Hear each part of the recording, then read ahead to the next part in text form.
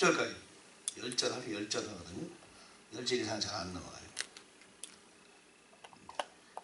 선을 행하는 사람에게 영광과 존귀가 있는데 먼저는 유대인에게요 헬라인에게로다. 악을 행하는 자들에게 심판을 행하는데 먼저는 유대인에게요 헬라인에게로다. 이는 하나님께서 사람을 유무를 중시하지 않기 때문이라. 그런 말이죠. 이어지는 말이죠. 세상에는 세 부류의 사람들이 살고 있죠. 세 부류의 사람들. 현재 세상에는 세 가지 부류의 사람들이 있다. 첫째는 유대인이 있다. 유대인들은 유대인의 구원 방법이 따로 있어요. 달라요. 지금 유대에 살고 있는 유대인들이 있죠. 그들은 유대교를 믿고 있죠. 그들은 하나님께서 대부분 구원해 주세요. 민족 전체로 구원해 주세요. 민족 전체로 하나님은 그들을 부르셨고 민족 전체에 하나님 훈련하시고 고난 주시고 축복하시고 이 지구상의 한 민족을 하나님 선택하셨다. 그들에게 율법을 주셨다. 유대인 이외에 율법을 주지 않고 유대인에게만 율법을 줬습니다. 구약의 율법을 주신 대상이 유대인뿐이란 말이에요. 그러면 유대인은 매우 스페셜한 백성이다. 스페셜 피플이다. 그러므로 그들에 대한 하나님이 약속하신 약속이 또 있고 이루실 때가 있고 성취할 때가 있고요. 그들을 구원하는 구원의 방법이 또 달라요. 유대인은 유대인에 가는 길이 있고 하나님이 그들과 함께하는 노정이 있다. 그들의 역사가 다르다는 거예요. 두 번째는 이방인이 있어요. 이방인. 현재 살고 있는 이방인은 전부가 다 이방인인데 이방인들에게도 구원의 방법이 또 다르다는 말이에요. 옛날 이방인이나 예수님 오셔서 심판하실 때 이방인이나 이방인의 섭리, 경륜이 또 다르다. 이방인이라서 모조리 다 지옥 가는 게 아니에요. 복음을 듣지 못한 이방인들이 있고 또 이 땅에 존재하는 복음을 들었다 할지라도 이 땅에 살고 있는 심판을 통과하는 7년 혼란을 통과하는 이방인들에게 마지막에 영원한 복음을 그들에게 전한다는 말이에요. 그 이방인을 심판을 따로 하세요. 하나님께서. 이방인들이 들어갈 심판에서 들어갈 나라가 천년왕국이에요. 마태복음 25장에 보면은 양과 염소의 비유가 나오죠. 예수님께서 양을 염소를 갈라놓는단 말이에요. 양은 너희를 위하여 예비한 땅으로 나라가 있다. 염소는 그들은 지옥 가는 거죠. 예수님께서 7년 환란을 마치고 난 다음에 7년 환란 끝나는 부분에 영원한 복음을 이 땅에 존재하는 모든 사람에게 전파하고 7년 환란이 끝났을 때 예수님께서 지상에 재림하셔서 악인을 심판하시고 이 땅에 존재하는 모든 이방인들을 모아놓고 갈른단 말이에요. 양과 염소. 양은 천년왕국 백성으로 들어간다는 말이죠. 그리고 염소는 지옥으로 보낸다. 또한 유대인이 있기 전에는 모든 사람이 이방인이었는데 유대인이 있을 때도 이방인이 있고 지금도 이방인이 있죠. 그 이방인들에게 임하는 하나님의 경륜이 또한 다르다. 하나님은 한 사람이라도 더 구원하고 싶으신 그런 뜻이 하나님께 있다. 칼빈적으로 많이 다르죠. 세 번째로는 교회가 있어요. 교회는 하나님 당신의 생명을 주고 산 사람들이죠. 그들은 새로운 생명을 타고 태어난 사람들이죠. 우리가 예수를 믿고 나서 침례를 받으면 물속에 잠기는 것처럼 이미 옛사람은 죽었고 새사람이 부활한 것이다. 고후 5장 17절. 누구든지 그리스도 안에는 있으면 새로운 피조물이라. 뉴 크리처. 이전 것은 지나갔으니 보라 새 것이 되었다. 우리는 새 것이란 말이죠. 내 안에 하나님의 성령으로 계셔. 유대인에게도 이방인에게도 하나님의 성령으로 들어가지 않으세요. 근데 교회에는 하나님의 성령으로 내려온다. 그리고 교회의 머리로 예수 그리스도 계십니다. 교회를 다스리십니다. 교회에게 주신 하나님의 약속이 축복이 있는 그 예루살렘이다. 새 예루살렘. 특별한 백성이죠. 서기 32여 년 때부터 교회가 탄생해서 지금까지 약 2000년 동안 교회가 유지되고 있죠. 인간의 역사가 6000년이라면 교회는 약 3분의 1 정도, 2000년의 정도의 역사를 갖고 있고 교회를 위해서는 특별한 하나님의 섭리가 있으시죠. 세 부류의 사람들이 이 땅에 존재하고 살아가고 있다. 성경을 보면 신약성경도 마찬가지죠. 유대인에게 한 말인가 이방인에게 한 말인가 또는 교회를 위한 말씀인가를 우리는 구분할 수 있어야 돼요. 이방인의 경륜에 교회의 경륜을 적용하면 막 교리가 짬뽕 드는 거예요.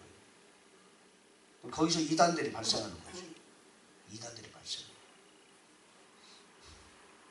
마태복음 25장 같은 경우는 교리에 적용하면 대단히 교리적으로 혼란스럽죠. 달란트 비유, 물론 교훈적으로 할 수는 있지만 좀 다르고요. 25장에 세 가지 비유가 있죠. 달란트 비유, 열천 비유, 양과 염소 비유. 특별히 마태복음에 있는 대부분의 말씀과 비유들은 대부분 유대인을 포커스를 맞추고 있는 것이다. 마가복음이나 누가복음이나 요한복음에 마태복음의 내용과 비슷한 내용이 나오고 있지만 다른 거지. 달라요. 마태복음은 유대인을 대상으로 교리적으로 적용을 해야 맞는 거지. 교리적으로 말하는 것처럼 교리적으로. 자, 악을 행하는 사람들에게 심판이 있고 권고가 있다. 첫째는 유대인에게 또한 이방인에게나 교회는 제외하고 얘기하는 거지. 지금은 믿지 않는 사람을 대상으로 말하고 있는 거죠. 그 전에 교회가 탄생 이전에 대해서 말하고 있는데 지금은 교회 초기 아닙니까? 사도 바울이 이 편지 쓸 때는 교회가 시작된 지 얼마 되지 않을 때는 당시에는 교회가 뭔지를 사람들이 몰라요. 당시에 초대교회 시작하고 있던 사도행전 1, 2, 3, 4, 5, 6, 7, 8, 9, 10까지 있었던 그 시대에는 베드로가 수제자임에도 불구하고 10장에서 고넬료 가정, 코넬리우스, 백부장 코넬리우스 가정에 방문하잖아요. 하나님께서 말씀하시죠. 그 집에 가고. 왜 그 집에 갑니까? 그는 하나님께 늘 기도했던 사람입니다. 선행과 구제가 남달랐던 사람입니다. 성경도 고넬료에 관하여 언급하기를 선행과 구조가 남다르고 유대인을 위해했던 사람이었다. 당시에 로마 총독 산하에 있는 백부장이면 그래도 권력의 사람이잖아요. 근데 그가 어찌 된 영문인지 유대에 살면서 하나님을 알게 되었다. 율법을 듣게 된 거죠. 유대인은 아니지만. 근데 하나님을 알고 하나님께 기도하는 사람이었다. 예수 믿었다는 얘기는 없죠. 예수에 대해서 모르죠. 하나님 그걸 보시고 예수를 믿었다고 말씀하지 않았죠. 베드로를 보냈는데 베드로가 거기를 내가 왜 가지? 몰랐단 말이에요. 베드로는 교회를 몰랐다는 거예요. 그냥 유대인들에게만 하나님이 은혜를 주시고 유대인에만 예수님이 나타나시고 부활하신 예수님 이렇게 생각했지. 우리 가정 왜 가는 거예요? 하나님께서 가라고. 그러기 전에 큰 보따리에 4발 달린 짐승, 2발 달린 짐승 이런 곤충들이 잡아먹어라. 율법에 먹으면 안 되는 것들 저는 부정하고 먹지 않습니다. 내가 깨끗하고 한 것을 부정하다고 하지 말아라. 3번 환상했었잖아요. 무슨 환상이지? 근데 고넬료 가정에서 사람이 와가지고 좋죠. 고넬료에게도 환상 중에 천사가 나타났어. 가가지고 난 왜 불렀어? 우리는 나도 환상을 봤는데 당신을 쫓아오라고 그러더라. 당신에게 나는 말씀 듣기 원한다. 그때 이제 부활하신 예수에 관한 얘기, 하나님에 관한 구원에 관한 얘기를 하게 되지요. 그래서 하나님께서 말씀 듣는 모든 사람들에게 성령을 부어주시고 자기들이 오순절 다락방에서 성령 받았던 그런 비슷한 내용들이 현상들이 거기 나타나는 방언하고 하나님 도품을 들리고 그 막 역사가 일어나니까 이상. 하나님도 이방인에게도 부어주는 거 깜짝 놀라. 사도들이 모인 예루살렘에 가가지고 모임에 갔더니 사도들과 제자들이 베드로 당신이 왜 말 들어보니까 고넬료 가정에 가서 뭐 말씀 전했던 게 도대체 무슨 소리야? 그러니까 베드로가 뭐랬어? 그러지 나도 왜 그런지 모르겠다. 하나님이 가라 해서 할 수 없이 가서 전했더니 그들도 우리 옛날에 오순절 다락방에서 있었던 똑같은 현상이 생기더라니까. 그러니까 하나님께서 이방인들에게도 생명 얻는 회개를 주셨구나. 맞아. 구약에 보니까 이방인에 대한 말씀도 있더라고. 이방인들에게 은혜를 주고 그들을 구원하겠다는 말씀이 있던데 과연 그런가 보구나. 사도행전 10장에 가서야 사도들이 이방인들에게도 복음이 전해지는 것이 주의 뜻이다. 그때 아는 거예요. 사도 바울 언제 알았어요? 그 전에 알았죠. 여러분 이걸 알고 있어야 돼요. 그러나 그 이후에도 사도들이 그러면 이방인들의 복음을 증거를 다 했느냐? 그렇지 않아요. 나중에 했단 말이죠. 나중에. 그 이후에 베드로가 안디옥을 방문해서 이방인들과 그 식사를 같이 하는데 누가 얘기하는 거죠. 예루살렘에서 누가 왔다. 그러니 그래? 빨리 이방인과 식사하다가 탁탁 몸을 피했잖아요. 바나바도 따라갔죠. 사도 바울이 그걸 보고 정면에 사람 많은 데서 면박을 줬죠. 그때까지도 이 베드로와 바나바조차도 아직도 이방인들과 유대인에 대해서 이렇게 마인드가 아직 정리가 안 된 상태. 사도 바울이 이미 정리가 된 상태. 사실 사도 바울이 그러니까 사도들보다 훨씬 앞서간 사람이에요. 우리가 이 사실을 우리가 항상 염두에 두고 성경을 읽어야 돼. 12절 볼까요? 율법 없이 율법 밖에서 죄를 지은 자들은 율법 밖에서 멸망하고 율법 안에서 죄를 지은 자들은 율법으로 심판받는다. 그럼 율법 밖에서 죄를 지은 자는 누굴 말하는 거야? 당시 이방인들을 말하는 거야. 사도 바울 당시 이방인 그 전에 있었던 모든 이방인들에 관한 얘기예요. 율법 밖에서 죄를 지은 사람들은 율법 밖에서 멸망하고 율법 안에서 지은 자들은 율법을 심판받는다. 이는 하나님 앞에서는 율법을 듣는 자들을 어렵지 않고 율법을 행하는 자들, 율법은 행하는 거예요. 율법은 행하는 거. 율법을 행하는데 율법을 어떻게 행합니까? 행하다. 율법을 행하다 보면은 율법은 사람의 몸으로 지킬 수 없다는 걸 알게 되고 그리고 믿음을 갖게 되는 거예요. 율법이란 행하면서 믿음으로 인도하는 거란 말이죠. 초등학문이란 율법이라는 것은 행하다 보면은 율법을 믿음으로 인도한다는 말이죠. 율법이라는 것은 행할 수 없다는 것을 증명시키는 거예요. 너는 죄인이라는 것을 말해주는 거예요. 그럼 너의 죄를 해결하려면은 그리스도가 필요하다는 것을 말하는 거예요. 율법은 그리스도를 가르치고 있다는 말이죠. 율법의 목적이 그렇다는 말이에요. 갈라디아서 얘기하잖아요. 그렇지 않으면은 다윗도 다 멸망하죠. 살인하고 간음하고 그랬어요. 그러나 사도 다윗이 그걸 경험하고 나서 죄를 짓지 않은 걸로 인정하는 사람은 복이 있구나. 그 복음이라는 걸 안다는 말이에요. 율법은 복음을 가르치고 있다는 말이죠. 율법 밖은 뭐예요? 양심도 마찬가지예요. 양심을 따라가는 양심의 율법도 사람은 완벽하게 의인이 될 수 없다는 것을 스스로 알게 되잖아요. 아무리 착하게 살려고 해도 양심은 계속해서 나를 더 착하게. 그러면서 사람은 겸손하게 하는 겁니다. 그것도 결국은 그리스도를 인도하는 거죠. 따지고 그런 거죠. 율법을 듣는 자가 아니고 행하는 자에 그렇게 됩니다. 율법을 소유하지 않은 이방인들이 번성을 통해 율법 안에 있는 율법에 들어있는 것을 행할 때에는 이런 사람은 율법이 없어도 자기가 자기에게 율법이 된다 그 말이에요. 설명하잖아요. 제가 설명합니다. 율법은 이방인들이 본성을 통하여, 본성 하나님 신 양심을 통하여 뭔가 하는데 그것은 율법이 원하는 걸 하게 된다는 말이죠. 근데 그것이 율법이 없어도 자기가 자기 율법이란 왜? 양심이 율법이니까. 본성 하나님의 사람 본성 안에 심어둔 그 양심이 율법이기 때문에 스스로 자기가 자기의 율법이 된다는 말이에요. 그러다 보니까 이런 사람들은 자기 양심이 증거가 되어, 이런 사람들은 자기 양심이 증언한다는 말이에요. 자기 스스로 양심이 증언해.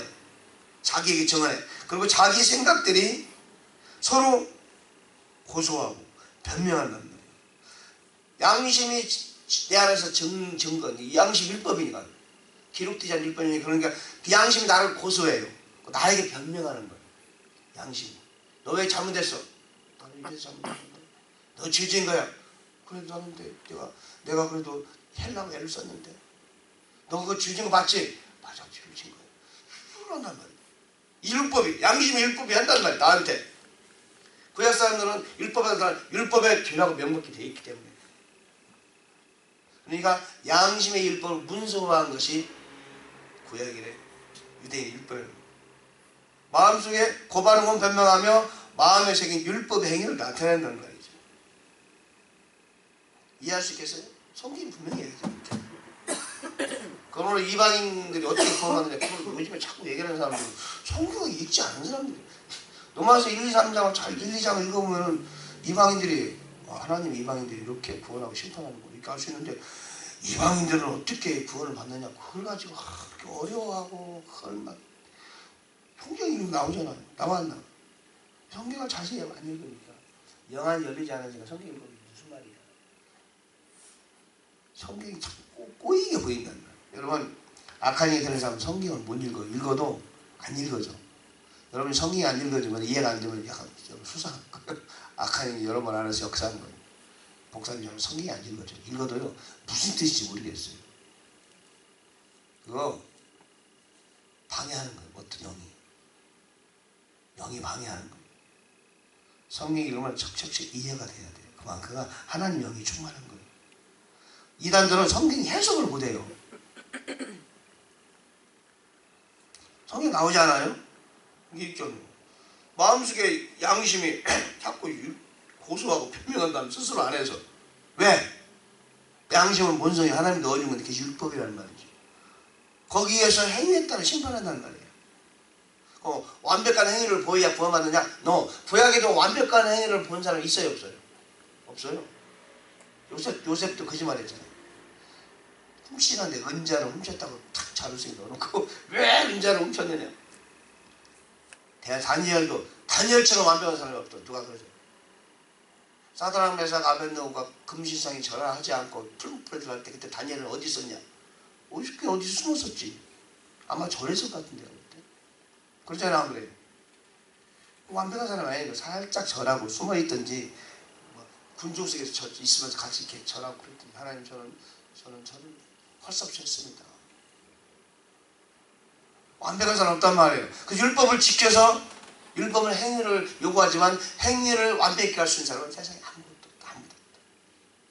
행위를 완벽히 해야 구원시킨다는 것이 아니라는 말이에요. 아브라함도 아내를 2번이나 팔아먹고 얼마나 실수를 해요. 그럼에도 불구하고 하나님은 그 믿음을 보시고 구원하신 거죠. 율법에도 믿음이 필요한 것이다. 이방인도 마찬가지죠. 율법 행위를 보입니다. 이런 심판은 하나님께서 나의 복음대로 나이가 이기는 대로 예수 그리스도를 말미암아 사람을 인별한 심판하실 그날에 이루어질 것이다. 그날 유대인은 언제 심판? 마지막 날 심판이 이루어지는 그날에 심판하고 이방인도 마찬가지로 그 양심을 잘 따라서 살았느냐 그 어떤 그 하나님 보시는 거지 그 구체적인 기준은 모르죠. 우리는 율법에 대해서도 기준 모르면 율법을 완벽하게 행할 수는 없으니까 마치 이와 같은 거죠. 38년 된 병자가 솔로몬 행각에 많이 모였는데 가끔 천사가 내려와서 물을 막 주저릴 때 먼저 가면은 38년 된 병자예요. 먼저 갈 수 있어요 없어요? 천사가 언제 내려올지 몰라. 근데 병든 자 중에서 여러 사람 있잖아요. 여러 사람 말을 못하는 사람 덩어리 그런 사람은 문이 동화를 확 달려갈 수 있잖아요. 발병실. 알겠잖아, 그죠? 그런 사람은 달려갈 수 있잖아요. 근데 30발 된 병자를 달려갔어요. 마지막에 뭐냐면 율법을 통하여 구원을 얻는 사람과 같다. 율법을 통하여 구원을 얻는 사람과 같다. 마치 38년 병자와 같다. 율법을 통하여 구원을 얻을 수 없지만 그래도 율법을 행하려고 하면서 구원을 시켜주시네. 그 말이에요. 어떤 사람은 율법을 받고 거기에는 그래도 예수를 믿어야 됩니다. 그리스도다. 율법은 그리스도를 가르치지만 자체가 그리스도는 아니거든요. 오실 메시아를 믿어야 구원받는다. 이렇게 말하는 구약 사람들은. 구약의 오실 메시아를 찾아낼 수 있는 누구예요? 선지자도 몰라요. 아무도 몰라요. 예레미야도 이사야도 오실 메시아가 있다는 사실 자체도 몰랐어요.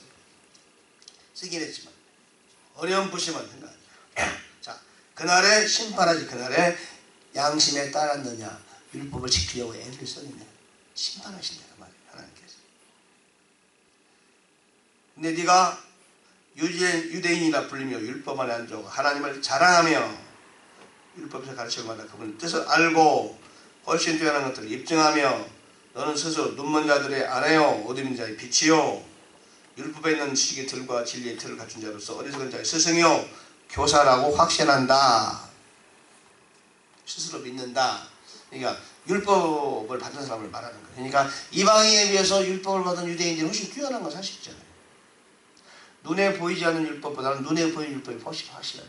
그러므로 교만할 수 있는 거지. 우리 하나님 우리에게 율법을 주셨다. 그렇죠? 그러므로 그분의 뜻을 더 잘 알아요. 그렇지 않아요? 하나님의 뜻을 유대인은 더 잘 알죠. 하나님을 자랑하죠. 율법을 가졌으니까 율법에 안주하죠. 율법 하나님이야. 안주하는 거죠. 하나님을 자랑하죠. 율법에서 가르침을 받죠. 하나님 다 알겠니까. 그러니까 알죠. 뛰어난 것들을 입증하죠. 그래서 눈먼 자들의 안내자라고 말하는 거예요. 눈먼 자들. 그러니까 세상의 이방인들의 그들보다 훨씬 뛰어나다고 교만하는 거예요. 안내자라고. 어둠 속에 있는 모든 사람들의 빛이라고 보는 거예요. 스스로. 율법 안에 있는 유대인 중에서도 율법을 연구하는 성경한 바리새인들은 더더욱 그러죠. 백성들의 빛이요 안내자라고 스스로 교만하게 생각하죠. 율법에 있는 지식의 틀, 진리의 틀을 갖춘 자로서 어리석은 자의 스승이요 아기들의 교사라고 그렇게 확신하죠. 누가? 유대인들과 또 유대인 중에서도 석기관 바리새인들이 그렇다 그 말이에요. 그렇다는 거죠. 그러나 그것은 어리석은 거죠. 왜? 율법은 행함을 하라고 준 것이지 알으라고 준 게 아니라는 얘기죠. 왜냐면 많이 안다고 해서 율법을 많이 행하는 건 아니란 말이에요. 계속 나오는 얘기야. 그 얘기. 어떤 사람이 할례를 받았어. 근데 할례 받은 사람처럼 살지 않아. 근데 무할례자가 있어. 무할례자는 할례는 받지 않았지만 율법은 없지만 율법에 있는 율법이 요구하는 그런 선한 삶을 살아. 그럼 누가 할례자고 누가 무할례자라 그 말이에요. 사도바울은 그 얘기를 하는 거예요. 율법을 받았어. 선생이지 빛이지. 하나님을 자랑하지. 그러면 네 율법대로 행하냐? 행하냐 안 행하 중요하지. 율법을 알고 받고 그게 중요한 거 아니다. 이걸 우리에게 적용하면 네가 그리스도인이야? 교회 다니는 멤버요? 그리스도인 그게 중요한 게 아니고 당신 진짜 하나님을 섬기고 그리스도인처럼 사는 거야. 그게 중요하다 그 말이에요. 열심히 기도하고 말씀을 사랑하고 열심히 전도하는 그 우리가 그걸 이렇게 이용해서 교훈을 얻을 수가 있겠죠. 그 얘기를 좀 하는 거죠.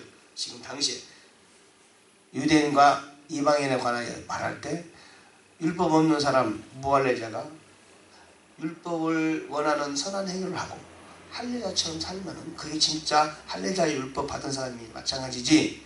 율법을 받고 할례자가 무할례자처럼 살고 행함이 없으면 그게 무슨 유대인이고 율법 받은 사람이고 할례자냐.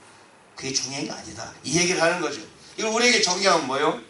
우리가 그리스도인이라고 생각한다면은 내 안에 계신 주님이 원하시는 대로 살아야 되고 하나님의 영광을 위해 살아야 되고 성령을 쫓아 사는 것이죠. 그것이 그리스도인이지 교회에 왔다 갔다 한다고 그리스도인이 아니란 말이죠.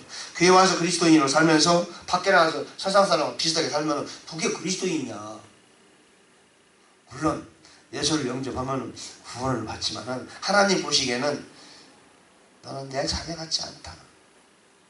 나는 세상에 있는 사람보다 더 못하다. 세상에 이방인 중에서도 착하게 사는 사람이 있잖아요. 그런 사람보다 못하다. 그런 힐난을 받을 수 있다. 그런 얘기를 우리는 그렇게 교훈을 받을 수 있겠죠. 주의 자녀처럼 살아야죠. 그리스도인처럼 살아야죠. 유대인이면 유대인처럼 살아야 되겠죠.